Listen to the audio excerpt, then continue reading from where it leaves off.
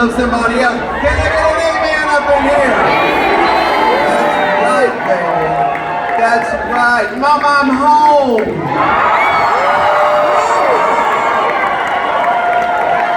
I am home, San Diego, California, America's finest city. Yes, I am. Y'all can sit down, make yourself at home. Yes, this is my hometown. I was born 2 miles from here at Mercy Hospital down in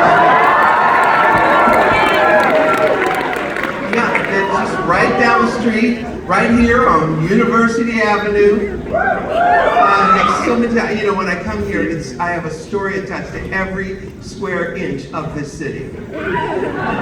Mostly bad, but no, great memories. In fact, driving down here, the first stop we made was over at Naughties, a Mexican food restaurant underneath the Coronado Bay Bridge. You guys know Naughties? Well, it's underneath, and if you ever want to go, just look for the line outside the door. It is so good. My order, I get chorizo, beans, and rice, and 2 crispy chicken tacos.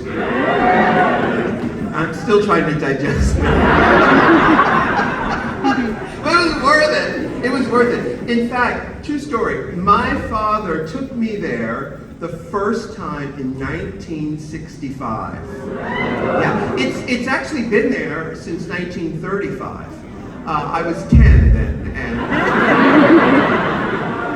no, I wasn't 10 then. But my father would take me there, and I would get also an orange crush soda.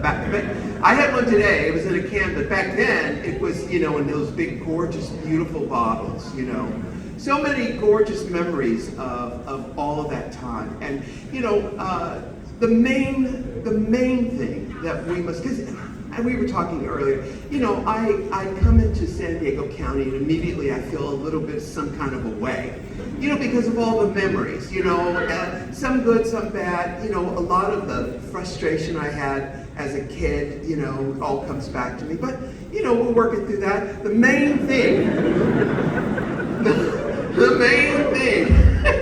the main thing is that right now, we have our health. We have our health. Because listen to me, when you don't have your health, that's when you realize how fortunate you are. We take it for granted. We want to, I'm going to make it first person. I will hem and haw about, my childhood here and there. But the long and short of it is I have had a wonderful life. I have had a wonderful, privileged, healthy life. And for that, I thank all of you.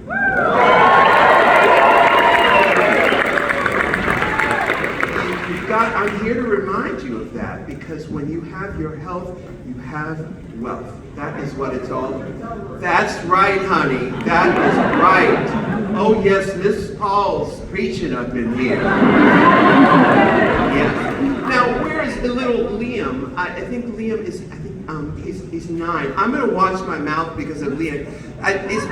What is his name? Where's the Eli? Oh, here's Eli. Eli, I'm going to try to watch my mouth, okay? But sometimes bad words come out of it. And I don't even know I'm doing it.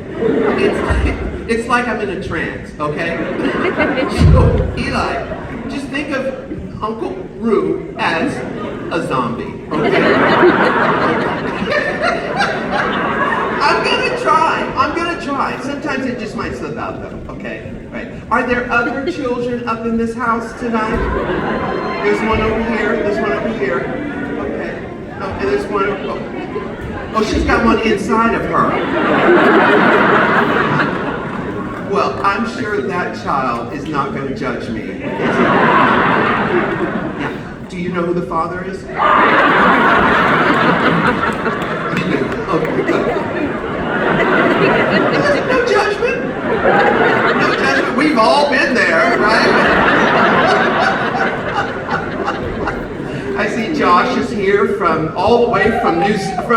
Australia, from Sydney, Australia. Yes, lovely. Thank you for. You were at the show last night, and now, what are you doing in America right now? What are you doing? You came to see me? Give this child a big round of applause. Isn't that lovely? That is so lovely. Now, I grew up over near Highway 94 and Euclid Avenue. Do you guys know that? Yeah. I grew up over there. I left San Diego when I was 15 years old, and my family still lived here, but I moved to Atlanta with my...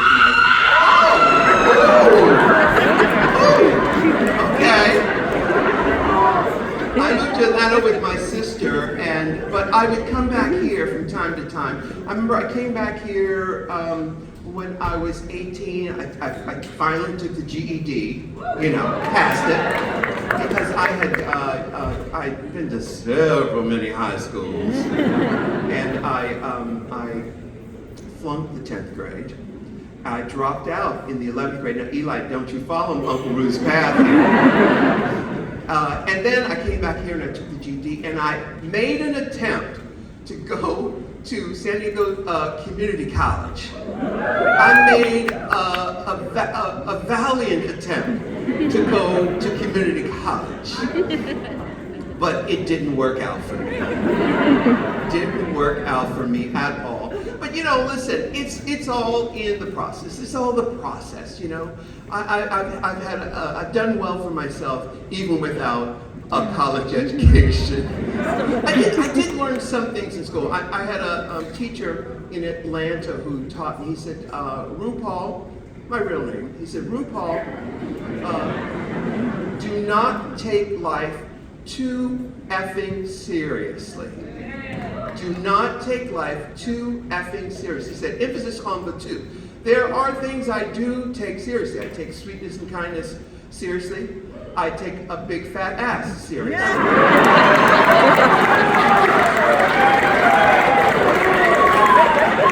That's some serious shit right there.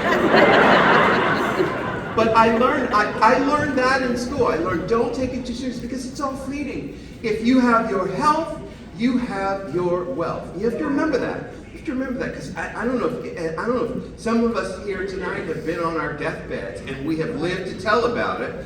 And if you talk to someone who has ever been on their deathbed, they will tell you, child, you could be as rich as Methuselah. No, it's old as Methuselah, right? And did Methuselah have any money?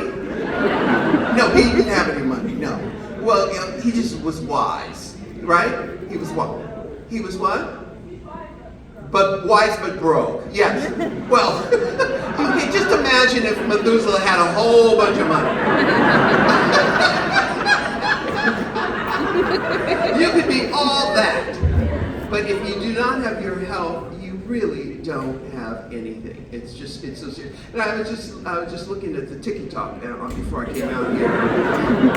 And I was reminded of that. How important that is. And I'm just so happy to be here. Yeah, I was born here.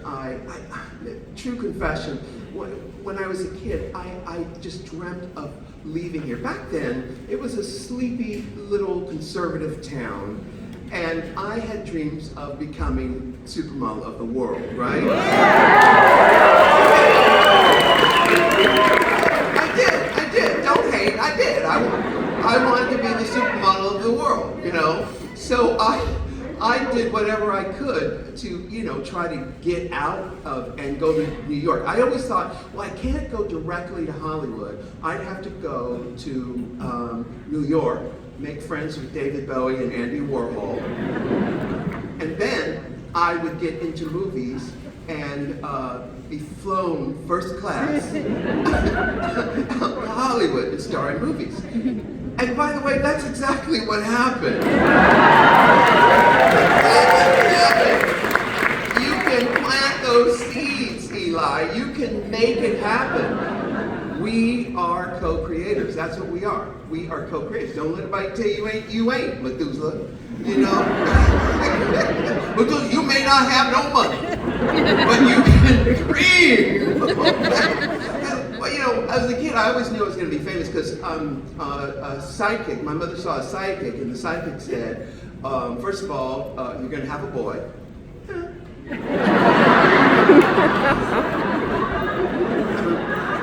Can't always be right, right? And it said the boy is going to be famous. So, you know, I don't know if it was because I knew that as a kid that I became famous, or if, you know, the psychic was really telling the truth. Who knows? It doesn't matter. But I had those dreams in my head from the very beginning. And so I wanted to do whatever I could to make that happen. I didn't know how it was going to happen, but that was my goal. And I loved cars, because cars represented freedom to me. In fact, we would go up to my father's house in Cerritos, this is probably around 72, and spend a week with him. And he would go to work at Best Foods. He worked at Best Foods. You know, they made Skippy peanut butter and that mayonnaise that they can't call mayonnaise. What was it? It's a Miracle Whip? Yes, okay. Yeah, you don't want to put that shit in your mouth.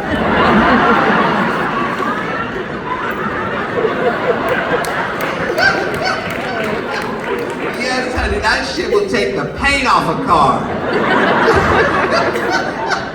Miracle my ass. So he would go to work, and I knew where the keys. Now, Eli, don't you? How old are you, Eli? You're 9? Okay, so you have a few years before you start stealing cars. Although, yeah, don't steal cars. Don't steal cars. No. But that's what I did, right? He would go to work, and I knew where he had the keys. He took his truck to work, and I knew where he put the keys to, it was a 1966 Toyota Corona, not a Corolla, it's a Corona. Some of the Methuselahs in here know the Corona. It's a Corona. And I was 11 at the time, my sister Rosie was 10, and I took that car out of the garage and drove it all over Cerritos, only making right-hand turns. I was determined to drive. You know, I mean, I taught myself, nobody taught me how to drive. I was a passenger in their car. I saw what they were doing. Okay, got it. You know, it's really nothing to it. And I was always tall. You know, I was, I think I was this tall at 16. I was, yeah. When I was 11, I don't know how much, I was very tall. I could reach the pedals and everything. I was 11. My sister Rosie was 10 years old, and we drove all over Cerritos, California, and had a good time. And I've been driving ever since. I love cars. I love them. I love cars. In fact, I remember once at University Avenue, which is where we are, Eli, right now. It reminds me, I think I was about 8 years old. Oh my gosh, Eli, I'm such a bad influence on you. Oh my gosh. Okay, I was 8 years old, and there was this white woman who was going to San Diego State, who had moved up in our neighborhood, and she had a little moped. And I was obsessed with the fact that she was riding this moped. And I said, I love your moped. She said, well, would you like me to take you for a ride? I said, yes, maybe 8 years old. She said, well, go ask your mother, and if she says yes, I'll take you for a ride. So I went down the street, counted to 10.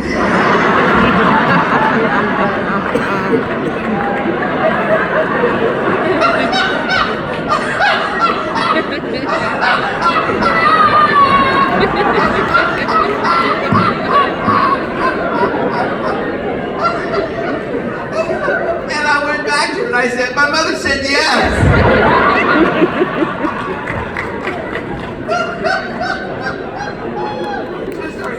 And so she took me for a ride on the back of in those days, we didn't believe in helmets. She didn't have a helmet, but we had a damn helmet. She took me all the way up here. I think she took, oh God, I can't remember street names, but she took me all the way as far as University Avenue, which is where we are right now, and then back down to where I lived. And see, in those days, you know, children were not precious back then. They just weren't. We were ripping and running the streets. And you know, I started, because my mother, this is what happened. My mother and father, hey, is there a tissue back there, Khalil? Go run, go get me a tissue. But not one with the lotion. Because I don't understand, why do they put lotion in tissue? I don't need lotion. I have lotion in a bottle. I don't need lotion in a tissue. I don't understand that. But after the divorce, my mother retired. This is in '67. My mother retired to her bedroom for about 2 years. You know, she was on Valium and lithium, and she was like, "Y'all, I'm checking out." She had a nervous breakdown. It was really devastating to her, and we'll get into that. But during that period of time, you know, we were ripping and running the streets. And it was a real education. I didn't need City College after that. We were ripping and running the streets. It was really kind of fabulous, though. But just doing whatever we wanted to do. You know, my mother and father divorced. They needed a divorce, actually. If ever two people, who's got a tissue? You have one right here? I'll take this right here. You know, my mother would always, thank you. That's lovely. Thank you, Khalil. You're a nice child.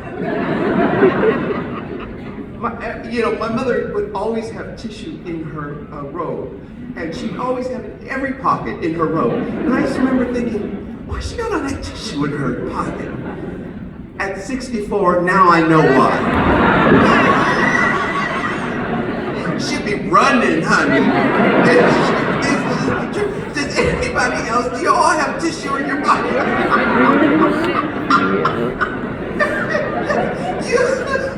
you live long enough and everything comes right around, you know. Usually I have tissue in every single pocket, but I do remember to take it out when I put it in the laundry hamper. Yeah. Anyway. My mother, you know, she stayed in her room for about 2 years. And we're about, you know, in '67, I was 6 years old. She would say, Rue, light me a cigarette on the stove. She smoked Tareyton. Do you remember Tareyton? Yeah. Oh, the worst. The worst. And I'm 6 years old. She's light me a cigarette on the stove. So I would go to the stove in the kitchen, light the cigarette on the stove, and bring it to her, right? And, you know, of course, I would take a few puffs. Yes, and just, you know, you live life, you want to try what life has to offer. But why not at Tareyton? I'd rather fight than switch. Yeah, that was their slogan. Yeah. Do they still make Tareyton? Probably not. No. But cigarettes now, I think they're like $2 a piece. Are they $2? Yeah, I think they're $2 a piece, which is crazy. I can't believe it. But I started smoking at 14, and I smoked for 30 years. 30 years. I started smoking the green stuff when I was 10. Yeah. I did that for a long time too. But you know, it's interesting. All of that childhood stuff, I've gone back, and I have learned to reparent that child. In fact, Khalil, I'm going to have you come back out here again, honey. I'm going to show you my phone. Thank you so much. This is give Khalil a big round of applause. He's working so hard with my tissues and my phone and everything. This is a picture of me at 5 years old on my phone. See, 5 years old on my phone. And I did that so that I can remind myself of who it is I'm taking care of who it is living inside of me that is really calling all the shots, you know, because that is real. And I've taken this opportunity to reparent myself because, you know, country-ass, ignorant parents. You know, God bless them. They did what they knew how to do, which was very little. But you know, listen, hey, people have kids and they figure it out. But my folks, they had a hard time with it. In fact, I told the story last night where when my parents, at one point, my father came home one afternoon after being out partying all the night before, right? And my mother was pissed. So he pulled into the driveway, into the garage, and she poured gasoline all over his car. And she said, MF, I will light this beat up. I will light this beat up. I will, and she was mad. She was that kind of woman. She did not play. She was this firecracker from Louisiana who did not suffer fools. She wouldn't suffer any BS. She wasn't like, oh hey, how are you? She didn't do that. She was like, what's up? You know, she was that bitch. And my father, her name was Ernestine. They called her Tony. And my father was Irving, and he's on the other side of the car saying, Tony, please, put the matches down. She was going to put the matches down. And when I remember this scene, everybody in our neighborhood was across the street from the house looking at the scene happen. The fire trucks were there. Sister Harris from the church was there. And I remember it as if I was a camera on a dolly, just sort of surveying the scene, looking at it, looking at my sisters and I across the street, outside of my body, looking at this scene take place like that. And I do not remember getting back into my body, into my consciousness, until I got sober 25 years ago. Well, 25 years ago, that is when I got back into my body. Now, of course, since then, I've come to understand that that is the phenomena of dissociating, where you separate from your consciousness. It's a way for a human to not have to really experience the trauma firsthand. You separate from it. And it was great until it wasn't great anymore. But as an adult, I have the opportunity to reparent myself and to come right back into myself and experience life firsthand. In fact, you know, for years, George and I have been together for many years, I would experience my success through George. You know, we're going to go to Europe, and he's excited. So then I could get excited because I was still not inside of myself. I wasn't inside of my consciousness. And it's an interesting thing coming back. But the way I've been able to process these feelings, it's a lot of feelings that have been swept under the rug for years and years, is through a 12-step program. 25 years ago, I found these people who taught me how to do inventories of what's going on in my feelings and what to do with them. In fact, there's a great book I read years ago called Toxic Parents by Dr. Susan Forward. And it has a step-by-step way to reconcile the relationship you have with your parents. Whether they're alive or dead, you know, you can still do that. But you have to process that, all of that debris, all of those bad feelings that were swept under the rug for years and years, because ultimately, after many years of that, there wasn't enough alcohol, there wasn't enough weed, there wasn't enough anything that could stifle those feelings that I had deferred till a later period. And that later period ended up coming when George got himself into trouble. When I met him, he was a child bride, actually. I met him, we're 12 years apart. I met him on his 21st birthday. I know. But he didn't, at that point, didn't smoke, didn't drink, didn't do anything. He learned it from me. He picked it up from me. And so when he got into trouble, I mean really bad trouble with drugs, we had to put him in a rehab and everything. And ultimately, he had to go to this 12-step program. And he was in such bad shape, I realized, oh my gosh, if he's feeling, those are my feelings. If he's, I used him as my barometer for excitement, for everything. So if he's in that kind of shape, I must be even worse. So I went to this 12-step program to support him as a supportive partner. And there was a woman in there telling my story. She was like 75 years old. She was telling my story to a T. And I thought, wait a minute, is this some kind of a joke? Is somebody playing a trick on me? Well, it was a trick, all right. It was a trick that I had been playing on myself all those years. So that was the turnaround. But it has not been easy. It has not been easy because it's a lot of stuff that once you start it's like Pandora's box. Once you start the process of unraveling all of that debris in our consciousness, it's a painful process. But with the help, in my case, I had the help of these people. With help, friends or whoever, you can do it.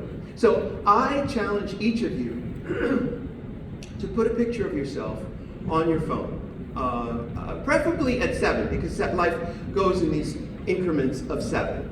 7, 14, 21.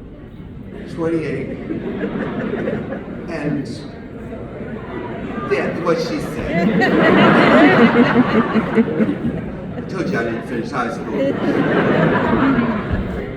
So at 7 years old, find a picture of yourself at 7 years old and put it on your phone and treat that child with all the love that you would treat a stranger, like any stranger on the street. So it's my mommy dearest impersonation. Sorry, but you have to remind yourself because they say there's no time and space, right? It's all happening now. It's all living inside of you, and even what ails you.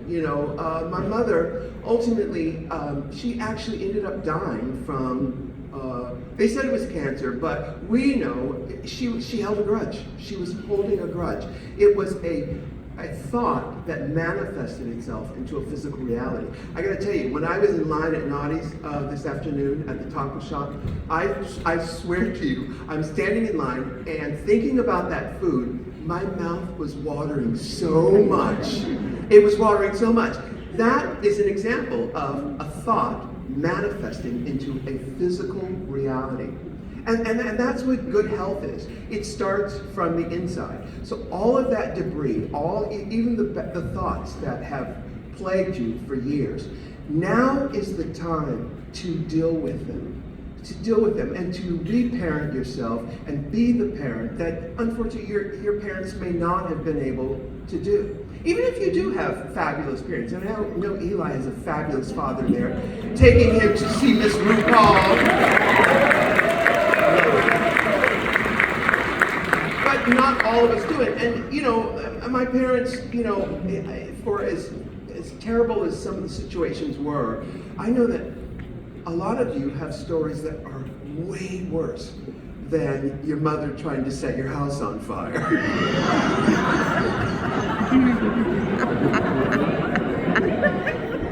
I know, we can laugh about it now, but my mother and father were terrible together. They were terrible together. I tell the story of when my father would have his weekends with the kids, Rosie and I.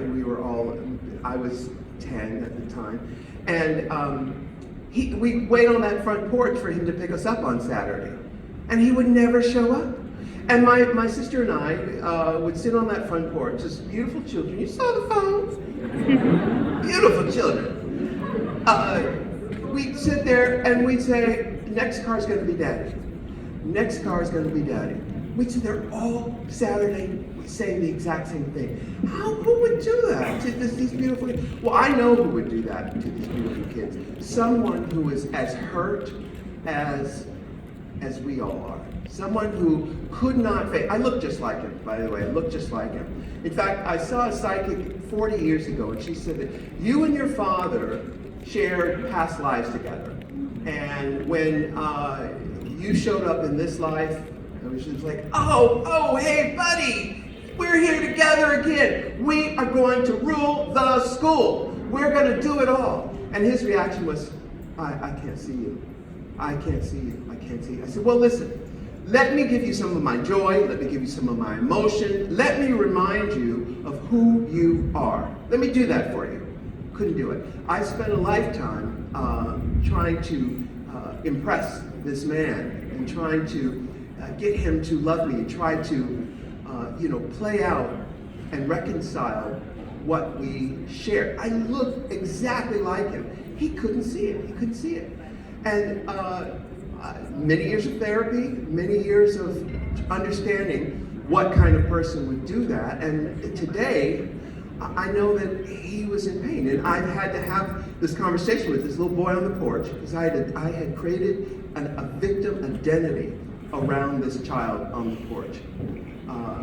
And I had to create a relationship with this child and say, listen, honey, that had nothing to do with you. Do not take that on. Because my ego wanted to take it on. This is as if I had done something. And what can I do to fix it? What can I do to fix that with my father? But I've had to, since then, create a trusting, loving, truthful relationship with this child and really convince him it wasn't you, baby. It wasn't you. And all the years before that, I was attracted to men who were just like Irving Charles, just like my father, very charismatic, but no deeper than this. It was all facade. It was like those old soap operas where they would say, playing the role of RuPaul's father today. This jerk right here, And it was an endless supply. I said, why do I keep attracting the exact same type of person? It's because I wanted to play out this scene. I wanted the scene to play out the way I needed it to play out. But you can't go to a Chinese restaurant and ask for lasagna. Bitch, they don't serve lasagna. You see, now, if I had a Chinese restaurant, I could make you some lasagna. Because that's who I am, right? I would take some noodles. I would take a little bit of soy sauce. I would lay that shit.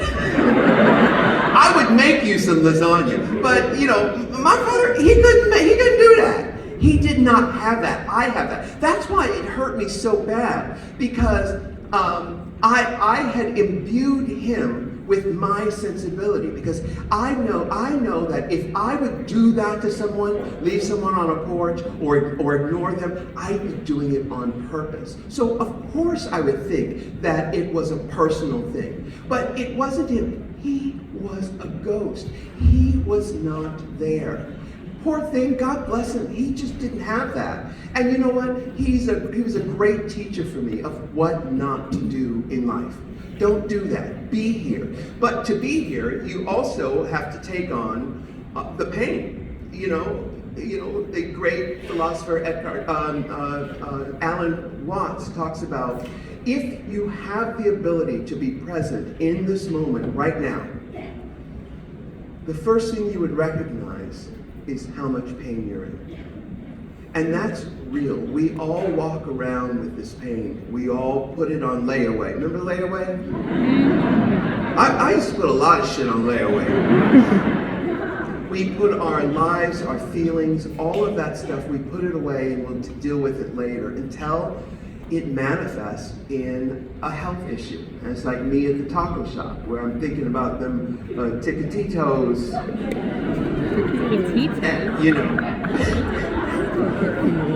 And my mouth starts watering, right? But all of that, and I saw it with my mother. She was world weary. She she was dark-sided, you know, and I felt it was my job with her too, to brighten up her day and lighten her. You know, I would perform for her in the living room. I would do my, you know, my Tina Turner for her in the living room, and you know, my Cher, snap out of it. I would perform for her, and she would laugh. She would love it. She would love it. But then she'd go right back there. Another great teacher for me. But here's the thing about the darkness. The darkness does not go away. You know, I have made friends with my dark passenger. I'm like, hey girl, you know, thank you for sharing, but we're going to do this over here. Because the thing about the darkness is you can look at it, but don't stare. You can look at the darkness, but don't stare. Make friends with it. It's there. It's part of the balance of life, night and day, all of that stuff. But don't luxuriate in it. My mother, she looked it dead in the face and stared at it and did not make friends with it. And it was, and I felt bad for her. But another great teacher, and this is a great thing also I've learned over the years, is with friends or with family, you know, to say, I am not their teacher, they are my teacher, you know, of what not to do. My father, you know, passing up the opportunity to be with these gorgeous children, these beautiful kids, you know, who could bring so much joy, but he wanted to do something else, you know. Now, by the way, you know, when he did pick us up on the weekends that he did pick us up, he would take Rosie and I down to Agua Caliente in Tijuana. And it was no fun for us, you know. He was gambling. It's a horse track. Is it still there? Yeah. Down in Tijuana.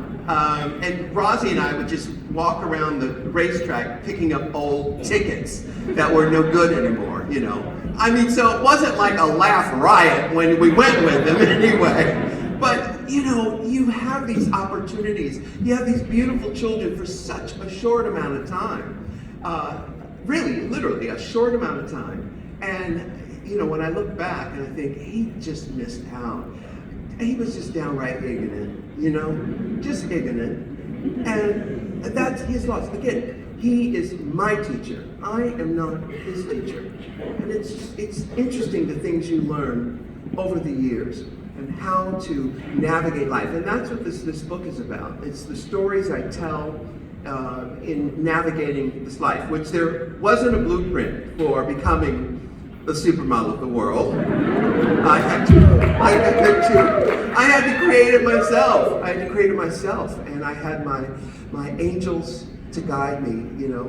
I believe that we all have angels, or whatever. There's a force, I don't know. We don't have to put a name on it. But you have free will, and your angels will not intervene until you say 3 simple words.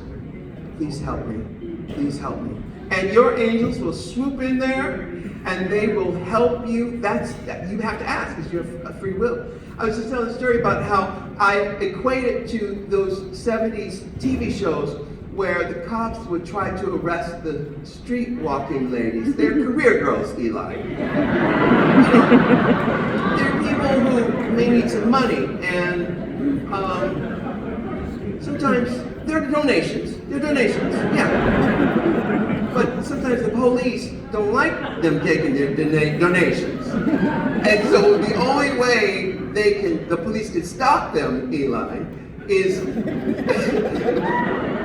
if the career girl says to the police officer, $20 for a handy, then they will swoop in there. And then they will take this career girl off the street, right? That's what your angels will do.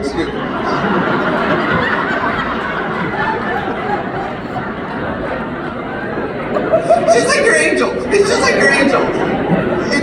if you say the 3 magical words, not 24 hand job, but if you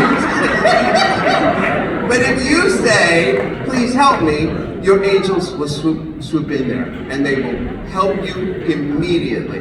You just gotta ask for help. And that's the truth, most people don't. Most people don't ask for help. Then they're the ones who ask for help, and then, they stay doing what they knew to do. You know what I mean? Years ago when I hit the big time, I had a show on VH1, a talk show on VH1, and I reached out to my friends in the East Village who were so talented and beautiful and gorgeous and funny, and said, look, there is a chair for you at the writer's table. Come on, just take my hand and let's go. I'm gonna lead you to that writer's room, and you're gonna... Could not do it. Couldn't do it. Because they had created this victim identity, as I had as a kid with this boy sitting on the porch. They had created this victim identity that they were not willing to let go of. They were not willing to live in the light and the success of changing and moving forward. And ask you, can you live in the light? Can you move forward beyond the identity you've created for yourself? Because you're a co-creator with all of this. And it's an interesting thing, because I had to ask myself the same thing with this. Was I willing to let go of the victim identity I created, this little boy on the porch, waiting all this time? Was I willing to let that go? Because I got a payoff from this identity. And that payoff was, you know what? I don't have to, the world has done me wrong, so I don't have to follow anybody's rules. I can do whatever I want. F you, I don't care, I can do whatever I want because I am a victim here. See, if I let go of this identity, that means I would not have all of that cachet there. You follow? So when you start looking at the debris in your consciousness and start to clear it out, there are things that you will lose in doing that. And that's why my friends down in the East Village, they had worked up this starving artist, or, I'm not gonna work for the man, or what. The truth is, they were afraid of success.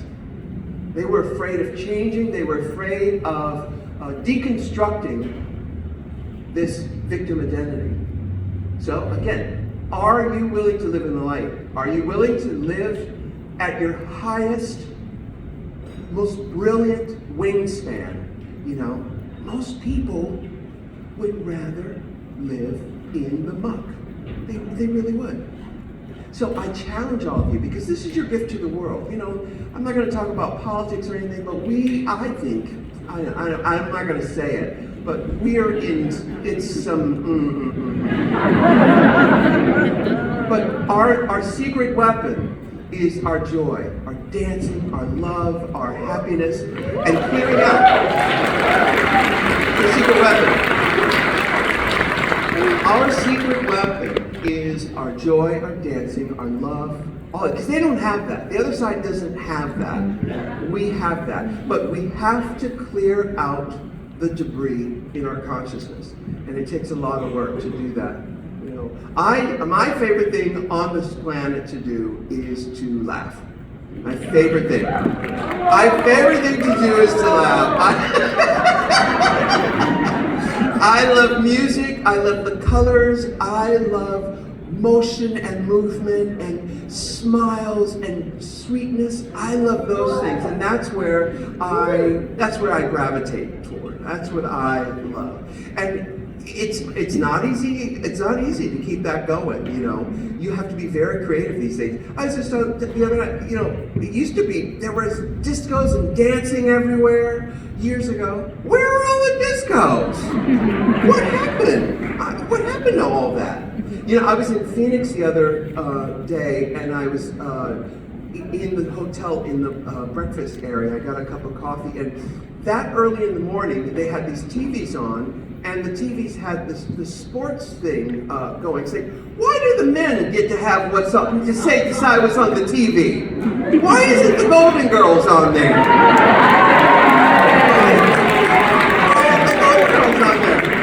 Why is it always some basketball basketball stuff. Now listen, I love, y'all have your basketball. I'm fine with that. It's great. Yeah, boom, you take the ball and you put it in the round thing.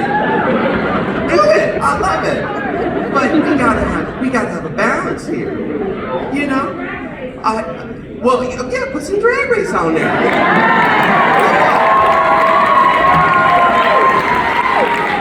Why is it always sports? Why is that? I don't get it. And but you've got to create that joy. In the trunk of my car, I keep my roller skates in the trunk of my car, just in case I come across a smooth surface. Just in case. Whatever I can do to find that joy, to create that joy, it is that child. Imagine if my father had taken the kids roller skating or go-karting, or there's any number of things. And that's why I keep that picture on my phone, because I am now the custodian of that little boy. I get to decide what that little boy does. And it's not easy. I mean, you have to constantly be present and be on the lookout for the joy, for the happiness. I with all the audience, I've been talking about my dirty charades. You know what I mean? You know dirty charade? You know how to play charades, right? Well, dirty charades is the same as regular charades. You just change one word of the title. You guys know how to play charades? Yeah, exactly. But because Eli's here, we're going to do PG-13. Yeah. Did you hear what she said? I'm not going to repeat it. But it is one of my favorite dirty charades. Yeah. Anyway, now, Eli, do you know how to play charades? You do. Okay. I'm going to do a charade, and I'm going to do a PG-13 charade. And it's not a bad one. It's not a bad. But let me see if I can do it. Let me put my tissue down. But don't nobody take my tissue now. I'm gonna put my tissue over here. Okay. I'm gonna put my tissue over here. Y'all, don't nobody take my tissue. Okay. Okay. Let me see. Let me see if I can do this one. Okay. I'm gonna do you actually know how to play charades? Okay. All right. So I'm gonna. Oh, okay. Yes. Here it goes. Here it goes. Okay. Yeah. Y'all holler out because I can't do it without you. Okay. All right. No, all right. Okay.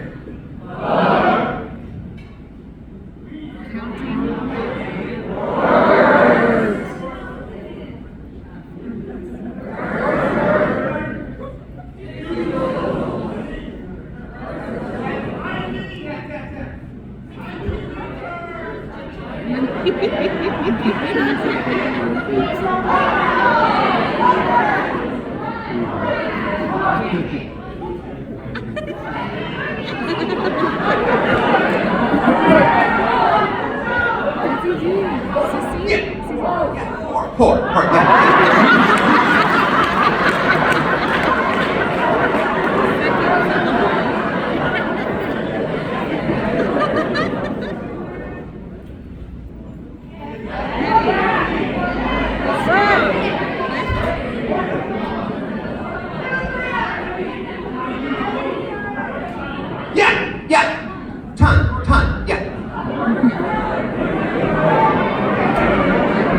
Horton here's a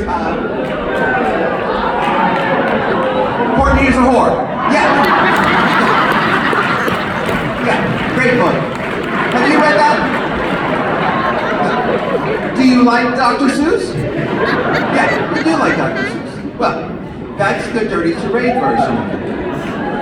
And it's just stupid, and it's dumb, and it makes me laugh so much. You have to find the joy. You have to, again, like my 10th grade teacher told me, do not take life too MF seriously. Because things goes by so fast. If you have your health, you have your wealth, and those are the things, these are the tools that allow you to breeze through life. And listen, and while you're dealing with all that stuff that you put on layaway, you have to laugh. You have to laugh at it. Don't take any of it too seriously. Laugh, and as you know, nothing is off the table. Nothing is off the table. It's everything. It's a damn laugh riot. And live your life with laughter and love. That's how I do it. That is how you create the house of hidden meanings.